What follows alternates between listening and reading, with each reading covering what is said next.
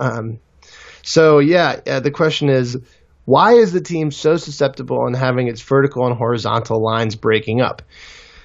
Is it the midfielders compensating for the lack of defensive work of CR7 and Benz? But it was tolerated because CR7 got the goals. Now the goal rate is decreasing, and CR7 a liability to the structure. There's a lot there. There's a lot there. There's a lot. I'm trying to figure out where to start. So I guess to start with the last question. I'm not sure the goal rate is decreasing. Like in the past 6 games, Real Madrid have completely blown their expected goals out of the water. So if anything, I think the goal rate is increasing, and it's a reversion. It's like what we were saying all season. It's just happening later than we expected. Your ketchup bottle, finally it happened. I was wondering if your analogy would ever come to fruition.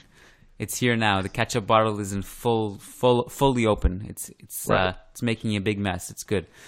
The tactical stuff, I think one of the things we talked about after Betis in particular was that, and we've talked about it kind of, it's a recurring theme this season, is that Real Madrid without the ball, if there are plenty of examples this season where they're neither pressing nor cutting off the passing lanes. And that's a really dangerous area to be in because you're not counter-pressing and you're not in the position to defend a counterattack, and you just kind of get blown out of the water. And I think one of the things, there's that famous quote by Johan Cruyff, and he says, if you have the ball, you must make the field as big as possible. And if you don't have the ball, you must make it as small as possible. And, to prevent a lot of the things that happen against Betis, you need to close down constantly, especially after you lose it. And I think our 4-4-2 shape there, it neither provided horizontal compactness nor vertical compactness, because Bale wasn't deep enough, and him and Ronaldo were kind of isolated. They weren't really pressing either, and they weren't really cutting off passing lanes.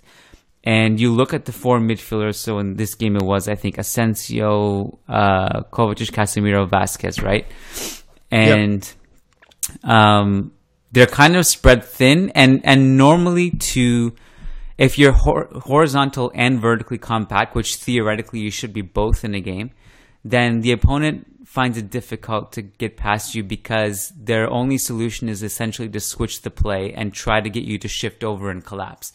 But Betis had no reason to go that route because they were not that desperate, because there was enough space. So all they had to do was just pass it through Real Madrid with passing triangles. And they had numerical superiority in basically every position of the pitch. And I guess like Kike Setien, the way he plays is juego de posición, which is all about positional play and providing passing outlets and working your way up. And in a nutshell, essentially that was the problem. So one problem is you're not compact, neither horizontally nor vertically, and you're not reading passing lanes, you're not defending the half spaces, and you're just kind of there floating, neither pressing nor defending. And that was it in a nutshell. I think I don't know how much more you can break it down, but it is an interesting point, Abdullah, about, is this tolerated because we have goals now?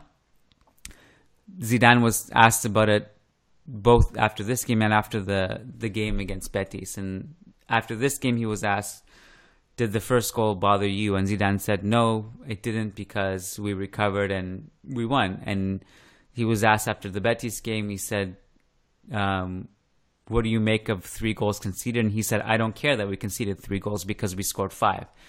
And that was kind of like the point and the tone of our articles and our podcasts after the Super Cup. I don't know if you remember, Gabe, but I had written an article basically, and it was about how well Real Madrid had mastered the passing lanes, and the rare moments where they get caught and they get beat defensively, it didn't matter, because ultimately, in a very cliche way, it's about outscoring your opponent. And it's no one cares if the Warriors concede 150 points if they score 3 million.